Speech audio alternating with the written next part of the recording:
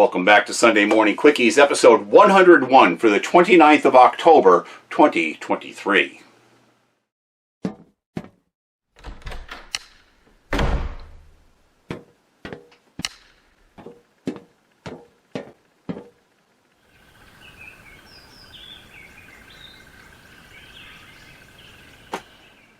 Well, it finally happened.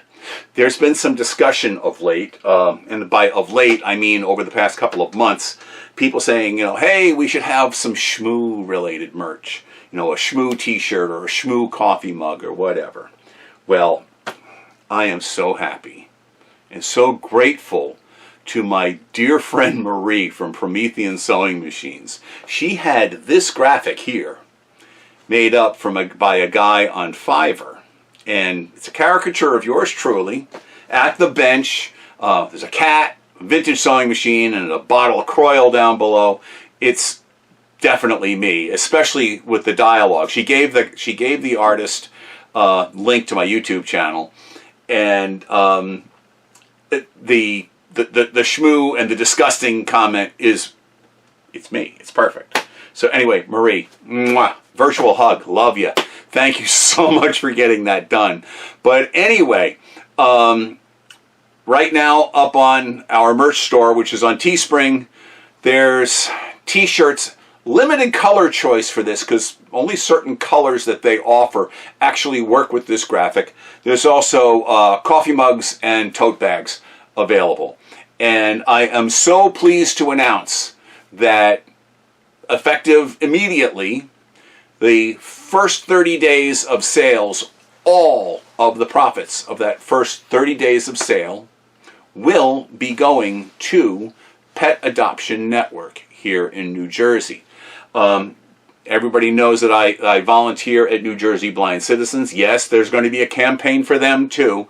Pet Adoption Network is also another charity that's near and dear to our hearts. All 6 of our kitties that we currently have and many kitties that we have had in the past over the past 30 years have come through Pet Adoption Network. We are at the tail end of kitten season. They need all the help they can get. So all the profits on all the sales of all the, actually, screw it, not just the Schmoo merchandise, anything on the Teespring store, starting today, the 29th of October, anything until the end of November, to the last day of November, all the profits from everything from the merch store will be redirected over to Pet Adoption Network. And we will also in the future do a campaign to support New Jersey Blind Citizens Association as well. But the first campaign on this one is going to Pet Adoption because of the tremendous need from the extremely busy kitten season that they had this year. But anyway, what we have for you today, we're actually going to be at the bench and we are going to, one of my least favorite tasks electrically, we're going to wire a foot controller and a power cord, do it together using the bakelite connector and wire in a Singer button style foot controller so you're doing it like it's for a portable, not where the foot controller gets attached to the back of the power block on the machine. So make some coffee, and I'm going to keep this very G or PG language-wise because I tried shooting some video of the featherweight that I just finished, and that was not very G or PG. That got a little beyond that. So make some coffee, and here we go.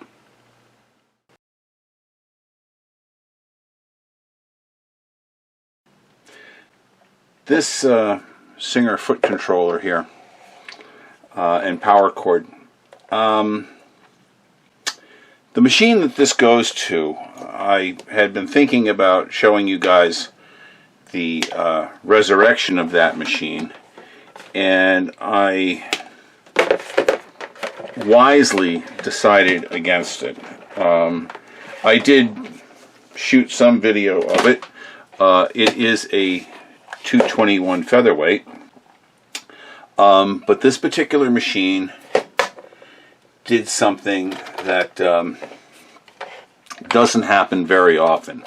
It elevated my blood pressure to the point where my vocabulary suffered dramatically during the restoration process of the machine. And by that I mean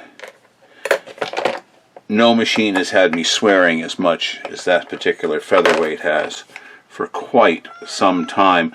I not only called that machine every name in the book while I was working on it, but I came up with new combinations of words, and I strive to keep the dialogue in my videos to be, if not a solid G, at least a respectable PG. And in the end, that just wasn't happening with this particular machine. It wasn't the level of Schmoo, although it was an extremely schmooey machine. It had a lot of other problems as well. So, suffice it to say, the machine is running beautifully now, and but really, in order to keep, as I like to say, a G-type rating as far as dialogue goes, I'm not going to be able to share that with you. And it's not that I'm being a prude. I just respect my viewers' sensibilities enough, and I think I know my viewers well enough to know that my dialogue during the course of the videotaping of the that particular repair was not appropriate. Now, you've seen me work on featherweights before, and honestly, if you really want to see somebody work on a featherweight who can maintain their composure, once again, I'm going to suggest my dear friend Jen at Sewing Machine Rehab. She's really, she has a much greater temperament for the 221 than I do. I make no mystery that I don't particularly care for those machines, but that's neither here nor there. Anyway, so what I am going to do today is I'm rewiring this power cord and this foot controller. I'm making a new power cord and rewiring this foot controller. So as I just stripped that all apart, we're going to make a new. So, how long to make it? Well, my bench is 4 feet wide, so I'm going to go a bench and a half wide, roughly, maybe a little bit longer, for each, the foot controller and the power cord. So I've got, I'm going to give this plenty of meat. I'm going to make them both about 6 foot. I know that's a lot longer than what Singer gives. Once again, that's between Singer and you guys. I know what I like to see on power cords and stuff, so I'm going to do what I like to do it. And I'm sure my customer will appreciate having a little bit of extra meat so she can move things around a little bit. Anyway, so there's nothing saying we can't chat while I do this. Let me pull out some tools here and some fasteners that I'm going to use. If you hear any meowing in the background, that will be Wilson, one of our red tigers, who is looking for treats, and he is a treat hound. He gets far more than he needs. He's getting fat, so don't believe a word he says. He sounds like he's being neglected. He is definitely not neglected, and Liz will testify to that as well. As a matter of fact, Liz will yell at me if I overtreat him especially when she's not home, and she is not home this weekend. So, but speaking of this weekend, I'm shooting this on Saturday, and this morning, early, very early, well, I had intended last night to go to bed by 11 because I had to get up early this morning to go to Scranton, Pennsylvania to meet viewer and customer. Come on, hold on. At Steamtown. And we met at Steamtown because it was a convenient location. And, hold on. Every time I do this and I'm home alone, something has to happen at the door. I'll be right back. So I drove out to Scranton, Pennsylvania this morning to meet with Cheryl. I had a base for her that I had procured from Dwayne. He was my base guy, or I should say my inexpensive base guy. And Cheryl has a 192 Spartan that needed a little bit of help. Had a couple little minor issues. So I had my tool bags in the truck, and we effected some rather simple repairs in the parking lot of the Steamtown National Historic Site. And then after we parted company, I went and I hung out with the old steam locomotives in the roundhouse and made myself a very happy person. I like getting out to Steamtown every once in a while. I haven't been there in a few years, so it was nice getting out there again. This picture that I'm putting up on the screen right now, that's their 4884 big boy locomotive. And I did some calculations. And if you were to melt that locomotive down, I think it came up with 47,500 some odd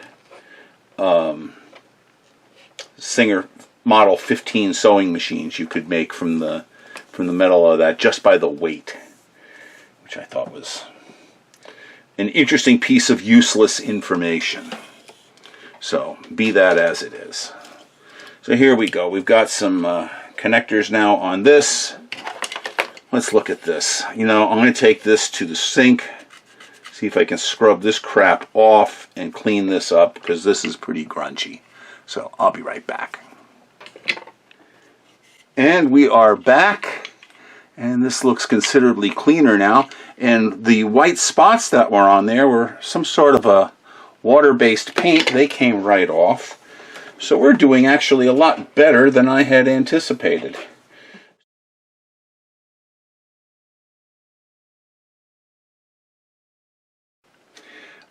I will be the first to admit that sometimes when I'm working, especially when I'm doing something intended as a benchside chat, that sometimes things get out of frame.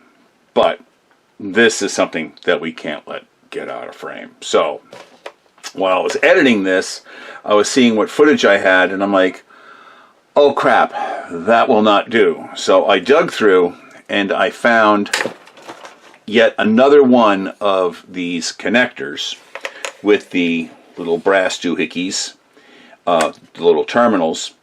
And if we're going to do a deep dive on this connector, wiring it up to a foot controller, we don't need to have a plug and we don't need to have a foot controller to show how the inside portion of this, and that's the important part, is inside this block, how that goes. So, having said that,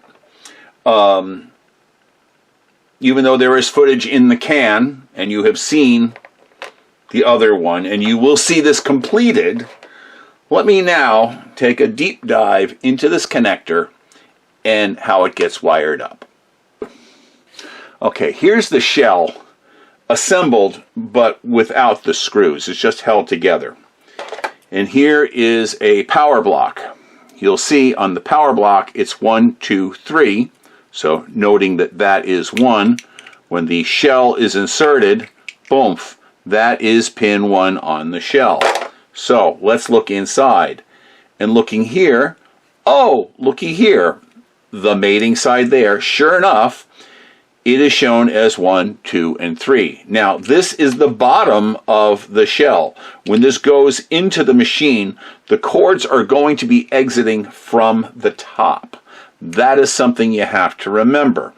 So, once again, looking at it, this is the way it's going. It's going to be going into the machine. It'll be inserting thusly. So we will see that we have pin 1, pin 2, pin 3. Okay, looking at the block, pin 1 is the one, if we're holding it in this orientation, pin 1 is the pin that is farthest away from us. Now, the little brass doohickey thingies, the connectors with their little screw caps.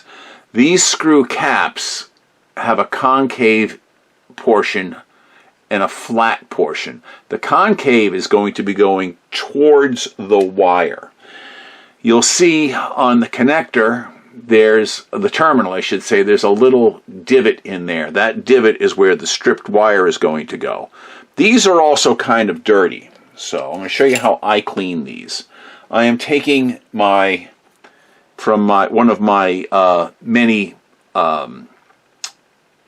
for my set of pen disassembly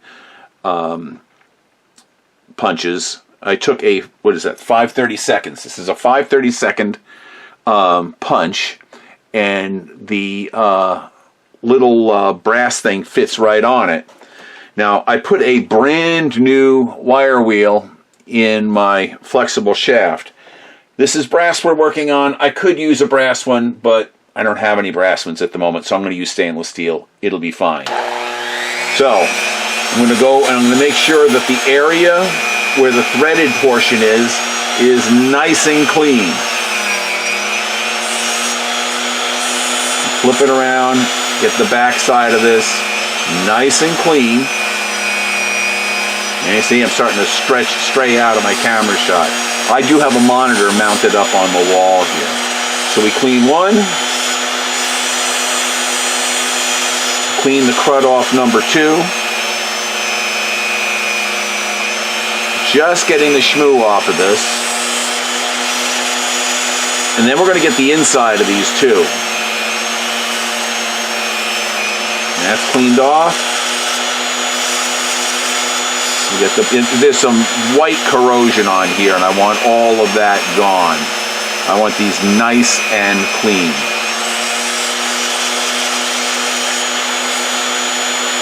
Oops, I don't want that too close to the edge because I don't want it to fly away.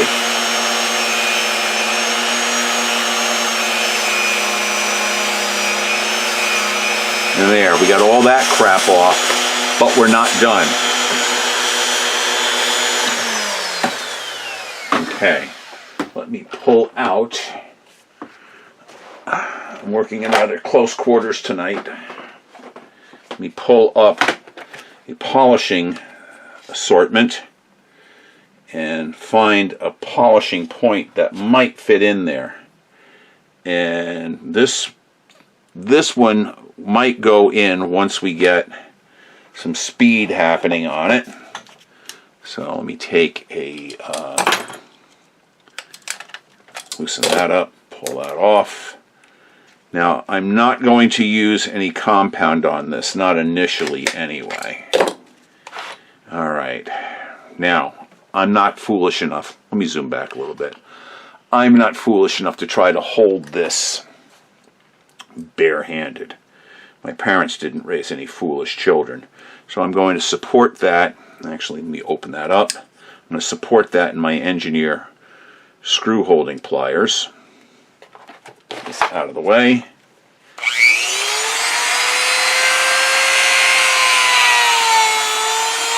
I'm just going to polish the inside of that surface a little bit. Now that it's gone in there once, I can put a little bit of white compound on there. And then I'm going to go in and I'm going to clean this off. I'm just going to polish the inside of that surface a little bit. Now that it's gone in there once, I can put a little bit of white compound on there. And then I'm going to clean this off. Just a quick pass. And now we'll take a cotton swab, a pointed cotton swab. Ouch, that is warm. That's why I wasn't holding on to it with my bare hands. And we'll just wipe out any crapola that was in there, and that one disintegrated. Alright, well, no worries. But the inside of that, the inside surface of this is now cleaned and polished. So that one's done.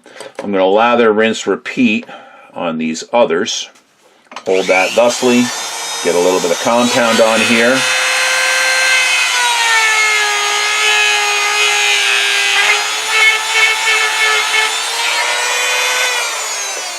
And then we'll wipe any schmoo out of here. And that gets the buffing dirt out, and that's nice and clean on the inside.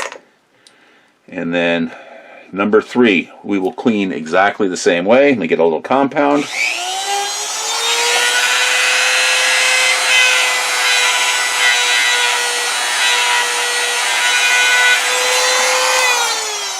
And there we go.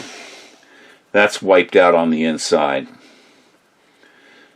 So, we know now that we will have good contact on the inside as well as the outside. And the inside's important because that's what's going to be engaging. Let me take one that's cooled off a little bit.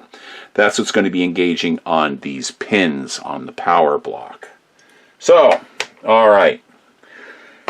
For wiring this,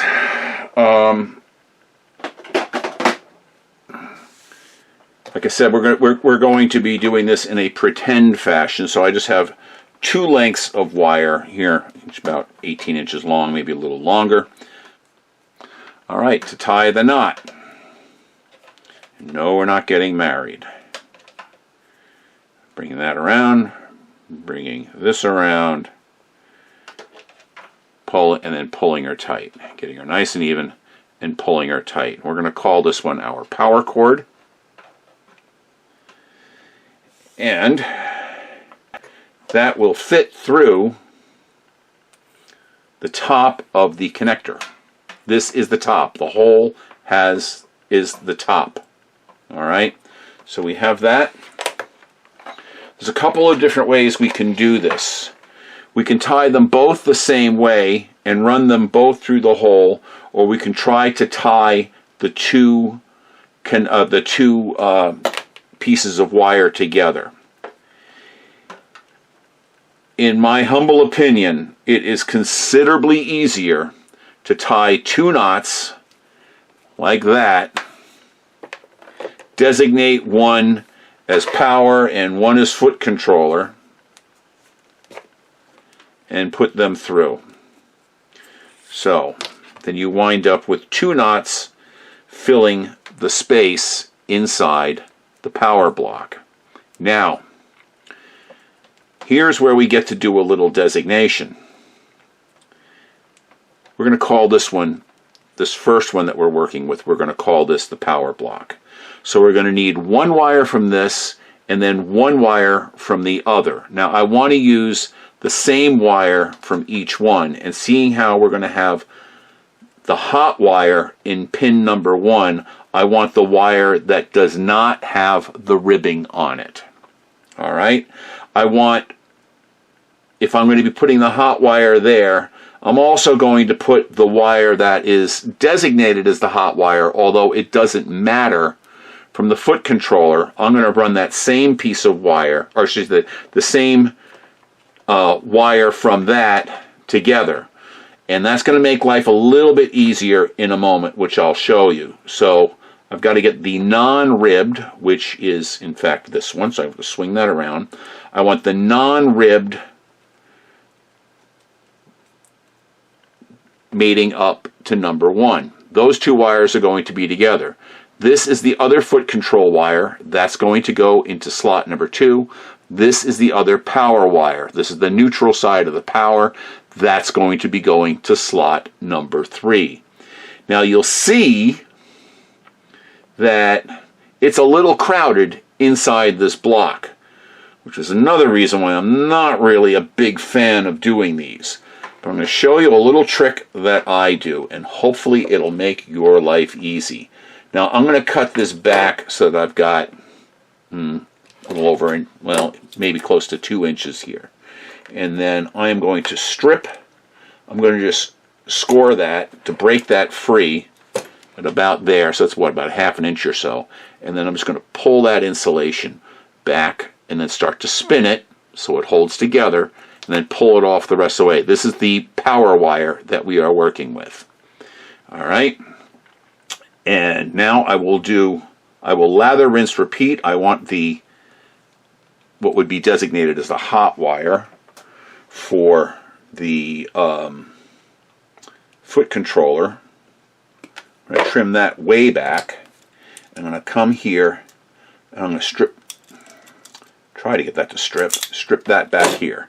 Once again, spin it, pull it off. I've got plenty of meat. Now, here's where things get interesting. I'm going to, before I even start to worry about the brass piece, I'm going to wrap extremely tightly. Extremely tightly. I'm wrapping the foot controller wire around the power wire. And then I'm trimming off that excess wire. Make sure you don't get it into the connector body. And if you do, get it out of there. Now, some people solder these. You don't necessarily have to if you put it on there nice and tight. But I'm going to take an extremely short piece of heat shrink tubing. I'll get this twisted back up nice and tight again. And by extremely short piece, I mean like about as long as the big wad that you put together, that you made. And I'm going to put heat shrink tubing over where we just twisted those wires together. I'm going to get my heat gun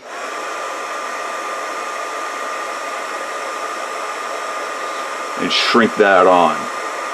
Now, I did not solder this. Some people are going to say, oh, that's horrible, blah, blah, blah. It's going to corrode, blah, blah, blah. You have to solder it. Soldering this doesn't really make much of a difference. Number one, it's a very tight mechanical connection, and we have put shrink wrap over it. What soldering would do, however, would be to make this a solid lump that is a potential for damage. It's a potential for the wire to break. That's why I'm not soldering it. And I learned this the hard way, kids. So I'm not just making this crap up as I go along. All right, now we have the little divot in the connector, in the terminal. The little divot there you can see. I'm going to lay that and then wrap my stripped wire around nice and tight, and then take the concave side goes towards the wire and twist that in place and get it nice and tight. Now that one is done. Now the trick is you got to remember which one is your power and which one is your foot controller. I can see this one's coming in from the side, so I know this one is my foot controller. So that's the next one I'm going to work. And I may not be able to get that as nicely stripped with my automatic wire strippers. Yeah, it's not really stripping it back far enough. Actually, I don't need this much wire, so I'm going to trim that off. There. All right. I'm going to twist that back. This is what's going to go into slot number 2. And as you'll see, let's just real quick place this where it's going to go. I'm going to place this into slot number 1. And it's going to be a royal pain in the neck getting it in there. But now I've got to figure out how I'm going to get these big old knots around and scrunch that back and get this wire up and in. You can see it's going to be a challenge. It's a real big problem to do this. So, one way we can do it is we can relieve the knot a little bit and not do the knot quite as fancy. It's not going to be, not K-N-O-T, it's N-O-T. It's not going to be super critical because we are having so much stuffed into this connector as it is. So I'm going to back this knot out, pull this wire back through. I've got way too much wire in that hole.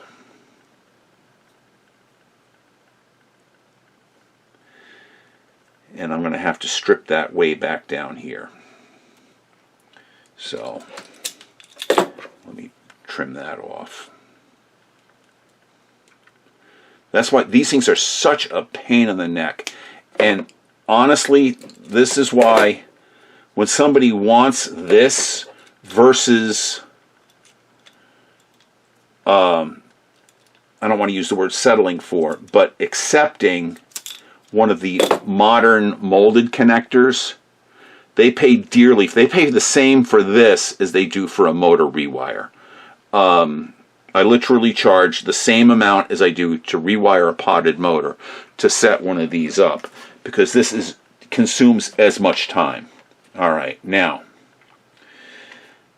once again, I'm going to lay the wire down into that little groove, into that little divot, wrap this around. Now I've got way too much coming here, so I'm going to take that off. Make sure there's nothing gets inside the connector. Into the connector shell, I should say. Make sure it's nice and tight. And once again, the concave side goes towards the connector body. And we tighten that up. So, now, that's in. Let's pull this one down. And that wire is in. That leaves us, oops, come on, line up. Bloody pain in the neck. Oh, that's why. You want the little divot where the wire is to be at the bottom. So now I see I've got to trim that back to about here. And I definitely don't need as much piece of wire as I've got there, so I'm going to cut that off.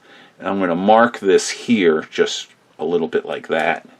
Just put a little nick in it so I can get my wire trimmer on here, my wire cutter on there, get it over to the appropriate one, and boom, there we go. And we're almost there, kids. We are almost there. Now we'll lay this down once again, wrap this tight all the way around. The concave side goes towards the connector. It goes in. And now the wire goes to the bottom of the, which is actually the top, but the bottom of the connector as we see it here. Press it down, get it in there nice and tight and firm. The flats go into the sides, and then drop the connector on top. Bada bing, bada boom. Now what you need to do before you button it up, you got to make sure you identify, and I recommend taking a piece of electrical tape before you start. If you have two different color electrical tapes, that's great. Just put a little piece of tape on either one, or masking tape, and note on it what that wire is, if that's the power wire or if that's the foot control wire. So make sure you know what it is before you button it up, because if you get that bass backwards when it goes together, you're going to have issues, and it's not going to be fun. But anyway, then you have to get this thing to press together, which right now it's not wanting to do. So, once again, I got to make sure that these are straight, and they were not. Those two are straight. This one is not. This one's my problem child. I've got to get that around and get the flats so that they're actually vertical. Now it should go together nicely, provided I left enough room in the housing. And come on, baby. There we go. Bada bing, bada boom. It is together, and that's going to work. So, all that's left, put your screws in. These, hopefully, you have identified before you started as to which one's going to be foot controller, which one's going to be AC power. But that is how you can wire these things. They are a pain in the butt. a colossal pain in the butt. I hate doing them. I've been doing more and more of them lately, much to my chagrin. But that's the technique I use. Oh, and by the way, yeah, I'm using 18 gauge black lamp cord. Let me see what the, because somebody's going to ask. So let me look and see where I put the spool. And it's this stuff here that I got at Home Depot. I bought a 100-foot spool. It's SPT1 18/2. Actually made in USA. Very, very surprising. But this I bought at Home Depot, and it's fairly flexible and works well in this application.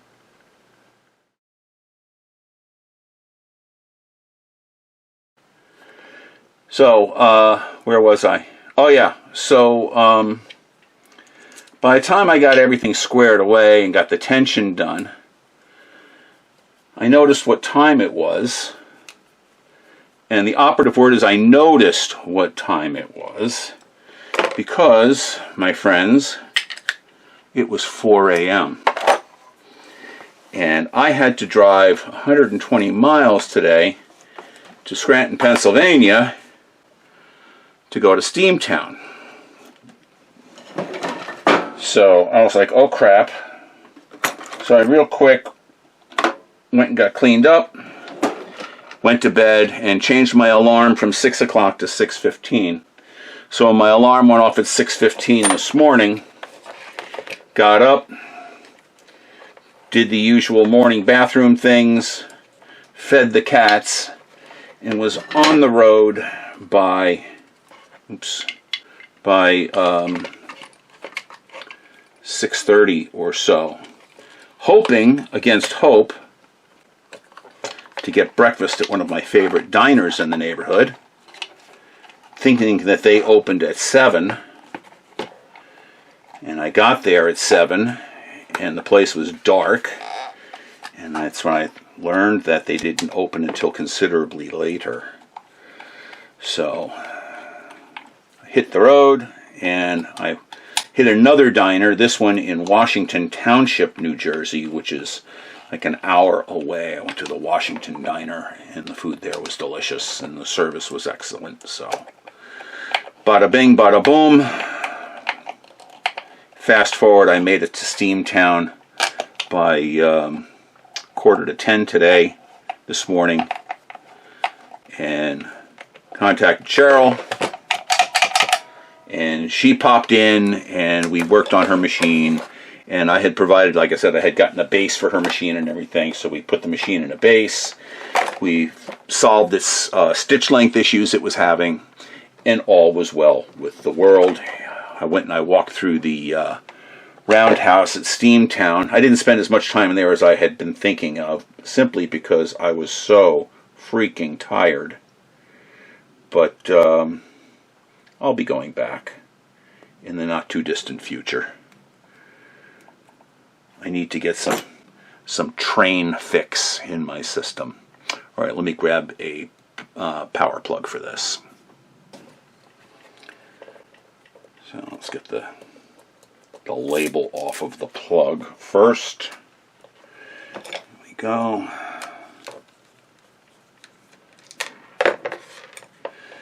And I'm not even sure. Okay, this is a wraparound one.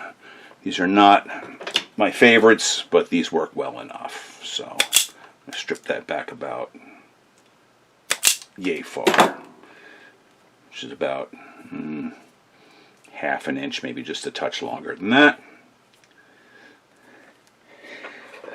Now these things come with their screws all the way out, and they're kind of staked in place a little bit. So handy hint: screw it in like a half a turn, and it'll make your life a lot simpler. Now, I'm looking for the one that is ribbed.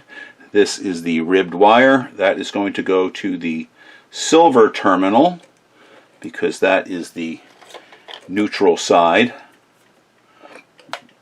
And I'm going to get in here with my little doohickeys. There we go. Make sure I've got a good wrap. And I do.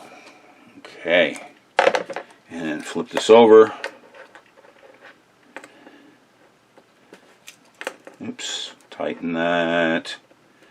And flip that. I like these molded connectors. I might be alone in my liking them, but I like these. They also make these where it's two metal plates that are held together with a screw. And those are actually my preferred ones, but I take what I can get. And I try not to be too picky because at least it's a good quality Leviton plug. Alright, so we're going to get this in here. Run the screw down. And here comes the fun part. Let me get that machine that this goes to. Ta-da! Right here. And let's see if I screwed up wiring up the business end of this. I'm going to plug that into the machine. Plug this into the power strip that is on my light stand. So if this shakes, the camera shakes, that's just me plugging in down here.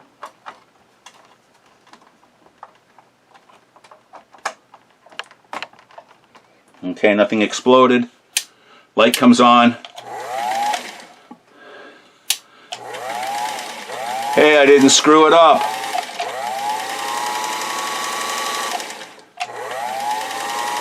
Oh my God. This finally, this featherweight is done. Well, there you have it. I know you guys didn't see this particular machine. This is the one that drove me crazy. Actually,